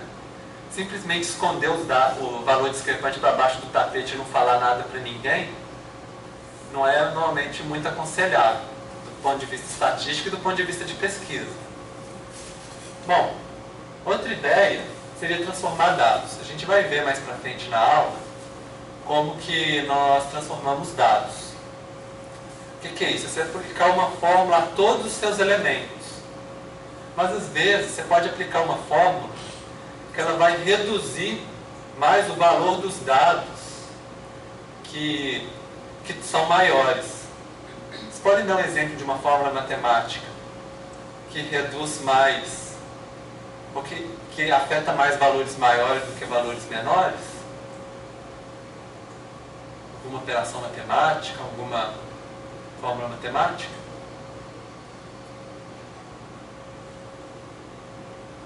Não? Difícil. Vou dar dois exemplos simples para vocês. Potenciação e radiciação. Então, por exemplo, você tira a raiz quadrada de 9, você tem 3. Você diminuiu 6 unidades. Você tira a raiz quadrada de 100, virou 10. Você diminuiu 90 unidades. Então, se às vezes os seus dados estavam todos lá próximos de 9 e tinha um lá que estava com 100, um valor discrepante, você consegue diminuir ele bastante fazendo uma raiz quadrada ou uma outra fórmula que faz esse tipo que tem esse tipo de efeito. Então nós vamos ver isso com mais detalhes um pouco mais para frente na aula. Outra maneira é substituir esse valor, porque às vezes a gente desconfia que esse valor foi digitado errado, ou a gente desconfia que o aparelho que mediu ou deu um bizil, ou deu uma coisa errada, mas a gente sabe que esse valor é alto. A gente só não sabe quanto que ele é alto. Aí o que a gente faz? A gente dá um valor bem alto, mas que ainda está dentro da nossa distribuição normal. Então, alguns exemplos. Seria pegar o próximo score mais alto e adicionar ele de 1. Vamos supor que você tem uma distribuição que o seu próximo valor assim, dentro do intervalo interquartil máximo é 30, por exemplo. E você tem um outro valor que é 100. Você vai redigitar, em vez de colocar 100, você vai colocar 31. Então você ainda vai atribuir um valor alto, mas você não vai destruir o seu modelo por causa desse valor atípico. Outras maneiras, em vez de simplesmente adicionar 1, seria o que a gente chama de inverter o valor do score Z. Parece uma palavra, uma transformação matemática super difícil, mas não é. É só o seguinte, você adiciona o triplo do desvio padrão, a média, ou seja, você pega a média, soma 3 vezes o desvio padrão e dá esse número que é o seu caso. Seria mais ou menos assim, o finalzinho da sua distribuição normal. Se você pensar a distribuição normal, no finalzinho dela você vai colocar o seu valor atípico. Que ele estava lá fora, lá longe da distribuição normal, você vai trazer ele para dentro. Outra maneira seria 2 desvios padrões em vez de 3. Então, em vez de colocar no 99,9% da sua distribuição normal, você bota no 99%. São opções. Claro, assim, você tem que ter uma justificativa para isso. Por exemplo, tipos de justificativa, por exemplo, pode acontecer. Que eu já vi, por exemplo, que são às vezes, por exemplo, estações climatológicas ou de vazão de rio. Quando dá uma enchente, o dado não fica confiável. Quando dá uma chuva muito forte, transborda tudo, o parâmetro não fica confiável. Aí, às vezes, eles nem colocam o valor, eles colocam assim, transbordou, por exemplo. Aí, o que você faz? Você coloca um valor desses, mais altos, dentro da sua distribuição padrão, só para falar assim, é um valor alto para o nosso modelo, certo? Bom, então, vamos ver, eu acho que agora já dá para levantar qualquer coisa, eu sinto de novo.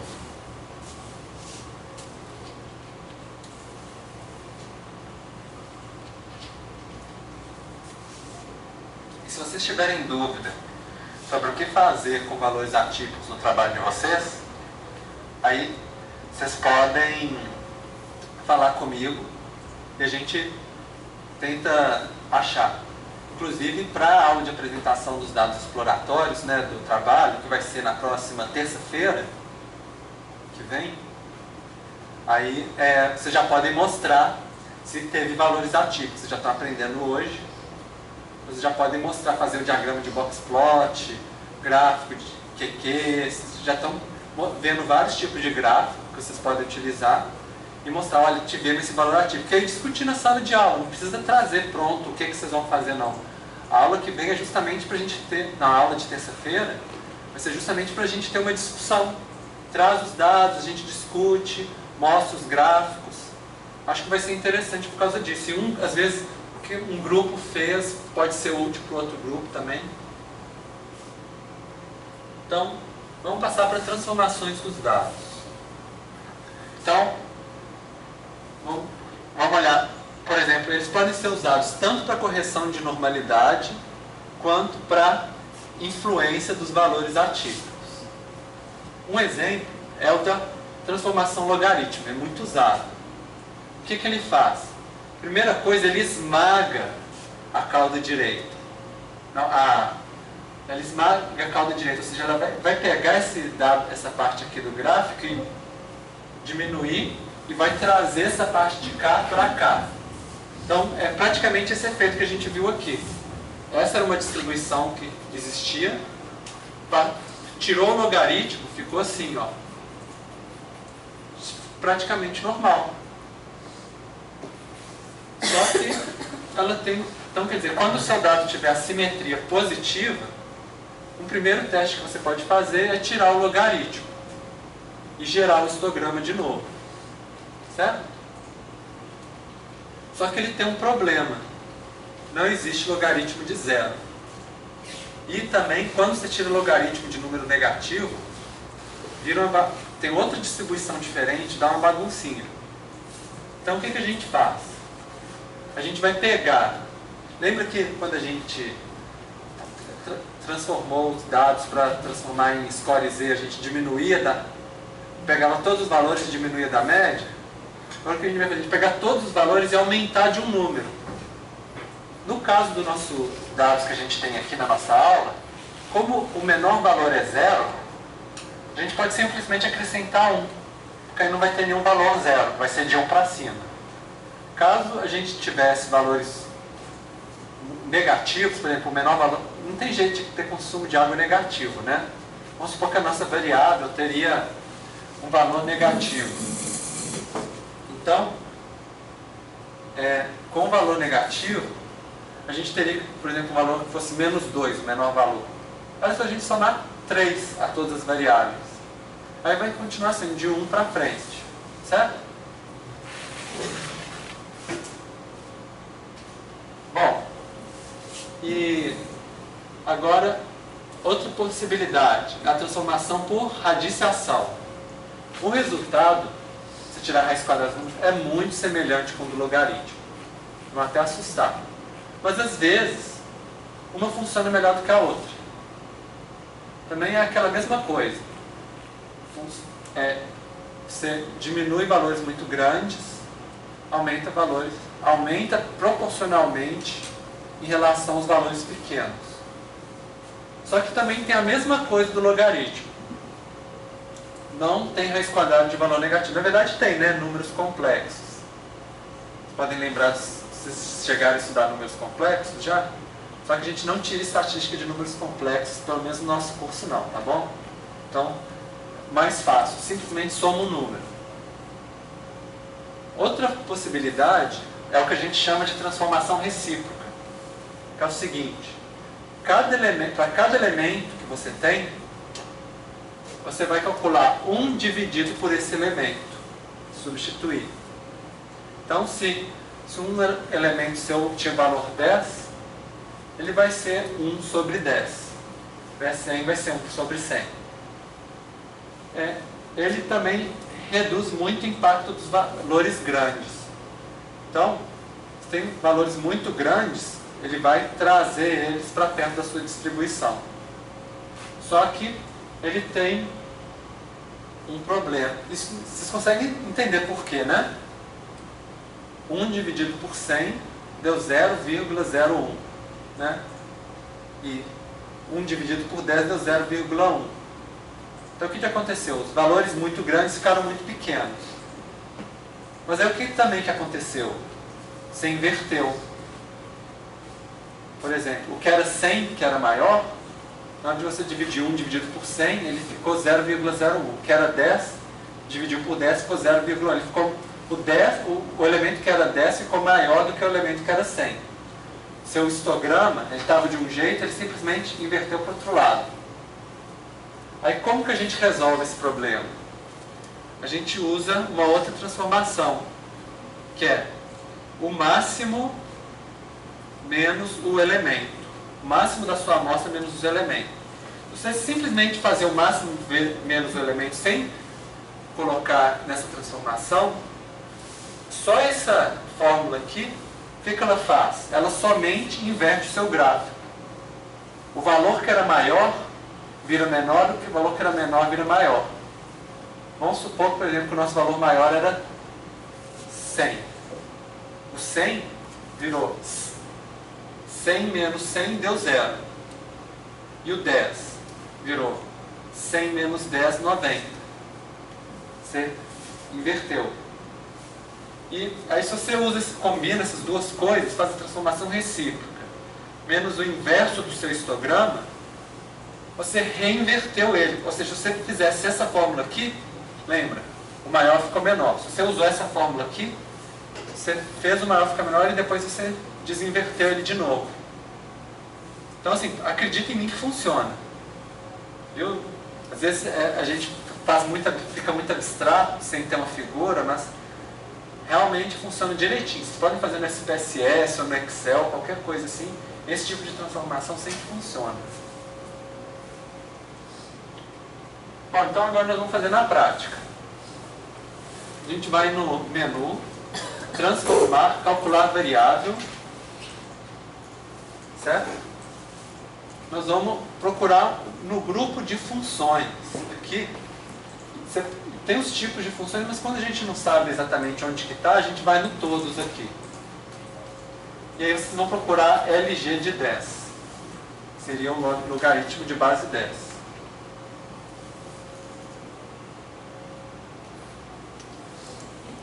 O outro logaritmo é o LN, né, que é o de base neperiana. Às vezes um pode funcionar e o outro melhor do que o outro. Vocês podem, uma maneira no trabalho de outro. Às vezes o de base 10 fica de um jeito, o de base neperiana de outro. São opções.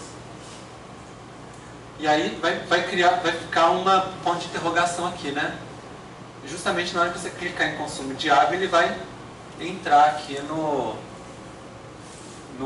meiozinho da sua fórmula. Na hora que você clicar, dá 2 cliques, né? Ou então clica aqui, manda jogar para cá, né? E o que a gente vai fazer? Depois que colocou o consumo de água, a gente clica no mais e clica no 1. Aí vai ser consumo 1, que é a variável, mais 1. Todo mundo chegou nessa mesma fórmulazinha aqui? Direitinho? Aí manda criar uma variável de resposta.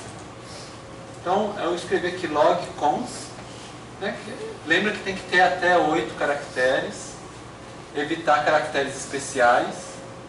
E não colocar espaço. Aí, colocou aqui. Pode até criar um tipo e rótulo para ela depois, mas aqui a gente nem vai precisar. É só clicar em OK. Aí sim, esse tipo de tabela de ferramenta aqui, você pode usar para os mais variados fins. Você pode, tanto para a gente estar usando aqui, por exemplo, para transformar dados na SPSS, mas a gente pode fazer um tanto de manipulação, que é o que a gente vai ver um pouco na próxima aula também. Bom, então, gerou, né? Agora eu vou pedir para vocês gerarem um histograma.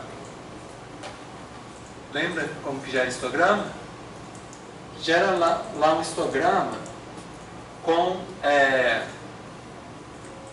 no caso aqui eu fiz o histograma para 1 e esse aqui vocês já viram já. Então gera o histograma só para a variável que vocês geraram.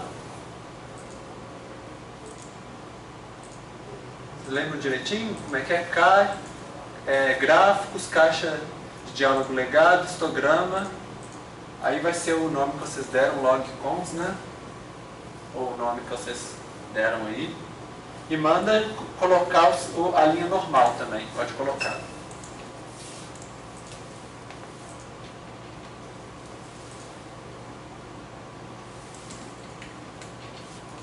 Certinho?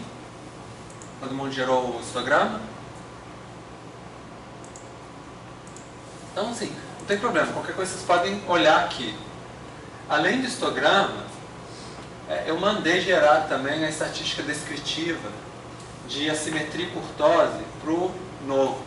Só para a gente comparar tanto a forma, o que aconteceu, o que vocês acham que mudou da forma daqui para cá? O que vocês conseguem perceber?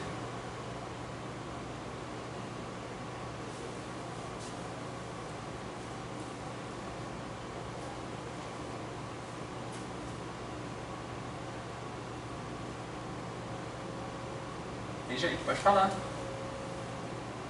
Mudou alguma coisa, não mudou? O que mudou? Inverteu a simetria. Exatamente. Estava aqui subindo mais alto do que a normal do lado de cá, né? Mais tendendo para esse lado do gráfico, agora mudou para o outro lado. O que mais que vocês percebem? Lembra que aqui tem os outliers, os valores atípicos? Agora aqui eles são bem menos distantes da distribuição normal, não é? Outra coisa que vocês podem ver, só que começou a criar um desvio em relação ao normal aqui no cantinho de cá. Não foi? Também vai atrapalhar um pouco, não é tão desejável. Outra coisa que vocês podem perceber é o valor aqui. Antes era de 0, quase 200. Agora ficou de 0 a 2,50. Você mudou a sua unidade de medida. Agora esse valor aqui não está mais em metros cúbicos por habitante por ano. Está em logaritmo de metros cúbicos por habitante por ano. Vocês têm que começar a pensar nisso, porque às vezes depois vocês vão escrever o resultado do trabalho de vocês vão esquecer que vocês transformaram a variável e vai dar um resultado que não tem nenhum significado lógico. Você tem que transformar ao contrário depois. Bom, então agora o que a gente vê quando a gente vê os parâmetros aqui? Antes a simetria era 1,532 e a curtose 7,09, ou seja, simetria positiva, curtose alta, leptocúrtico. Depois que gerou log, a simetria ficou negativa, igual vocês notaram no formato, ficou bom? E a curtose diminuiu. Ou seja, em relação à curtose foi bom que aproximou da normalidade. Em relação à simetria não foi tão bom, mas vocês perceberam que ficou mais próximo de zero? A distância desse aqui de zero ficou menor do que a distância desse aqui. E o erro padrão manteve o mesmo. Porque na verdade você manteve a mesma amostra, né? Então não alterou o erro padrão. Aí daria para tirar o score Z se vocês quiserem, né? Seria menos 1,195 dividido por esse. Provavelmente ainda seria significativo, mas menos significativo do que o de cá. Por quê? Porque esse valor aqui diminuiu e esse valor aqui diminuiu também. Certo? Bom, então a gente já viu esse. Agora nós vamos fazer uma outra transformação. Vamos transformar, só que nós vamos usar a função square root, raiz quadrada, SQRT. Então vamos lá? Mesma variável, consumo de água total para a população, né? Mas primeiro vocês vão utilizar chamar essa função aqui. Quantas horas, por favor, gente? 48? Vamos correr um pouquinho que nós vamos chegar lá. Já está no finalzinho da aula já.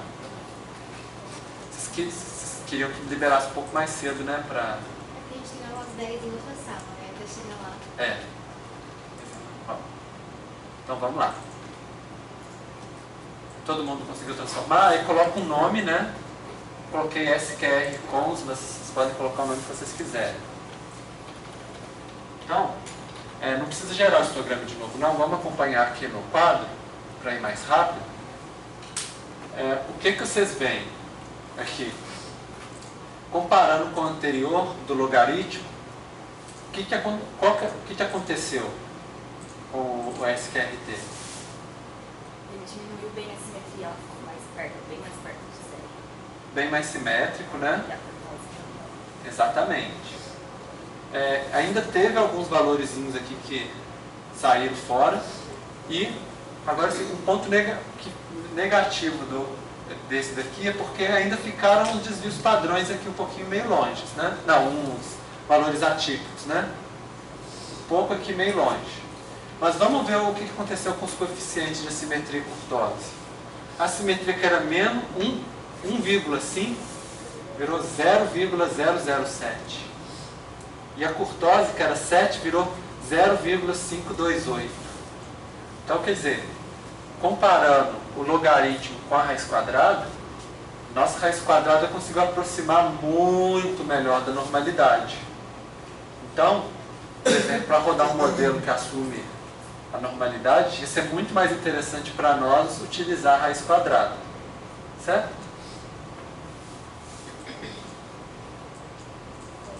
Bom, só algo que eu já comecei a falar para vocês, essa função de transformar, a gente transformou uma variável só, mas vocês podem fazer qualquer coisa. Por exemplo, vocês podem fazer expressões matemáticas, dividir uma variável pela outra, por exemplo, população e área, tirar a densidade demográfica, subtrair, aumentar, tirar score Z. Vocês podem fazer o que vocês quiserem. Então é uma ferramenta muito interessante. O QuantumGIS ele também tem uma calculadorazinha, né, que a gente já trabalhou até na prática do QuantumGIS para criar expressão. Funciona mais ou menos do mesmo jeito. Eu vou sugerir para vocês, às vezes assim, se você já está com dado no SPSS, usa a calculadora para transformar da SPSS, porque assim, eu acho mais confiável. Vocês pode, se quiser usar o QGIS e explicar que usou, também não tem problema não. O SPSS ele é um programa mais robusto, assim, que você pode confiar mais nesse tipo de função de dados. Você tem a opção de fazer pelos dois, faça pelo SPSS. Bom, e na aula que vem a gente vai trabalhar um pouco mais com essas transformações também, nos dois softwares, para dar um pouquinho mais de jogo de cintura para vocês também. Bom, então, o que a gente vai fazer? É justamente para terça-feira que vem, vocês fazerem essas análises aqui que a gente fez hoje, nos trabalhos de curso de vocês. Vocês vão levantando os dados, alguns de vocês já levantaram, e vão fazer esses gráficos. E mostrar a base territorial também, né? Vocês vão trabalhar. Desculpa, eu já comecei com todo mundo, com você já escolheu o tema do seu trabalho? Eu vou fazer com o Rafael, ele vai me passar ainda o que ele estava querendo dizer, que ele vai cruzar uns dados, né? Tá, então assim, vai adiantando, porque isso seria para terça-feira que vem. Conversa com o Rafael, tá bom? Aí você pode utilizar o que você aprendeu nessa aula para fazer a análise exploratória dos dados que ele está levantando também. Sim. Tá bom? Bom, então é mais ou menos isso, tentando assim, ver o que a gente faz. Vocês calculem as estatísticas descritivas para o dado do trabalho de vocês, faz o histograma, boxplot, o que é plot, e interpreta eles, faz algumas transformações em uma ou mais variáveis, tipo log, raiz quadrada, essas que a gente viu aqui, vê se melhora a simetria ou se não melhora, é a curtose também, e se houver grupos, tenta repetir esses itens para diferenciando em grupos, para ver se tem diferença entre eles, se responde de maneira diferente. Bom, é isso. E aí analisar, porque aí é o contexto de cada um de vocês. O que pode levar a essas informações que vocês conseguiram na análise exploratória. Bom, é isso aí, gente. Então, alguém tem alguma dúvida?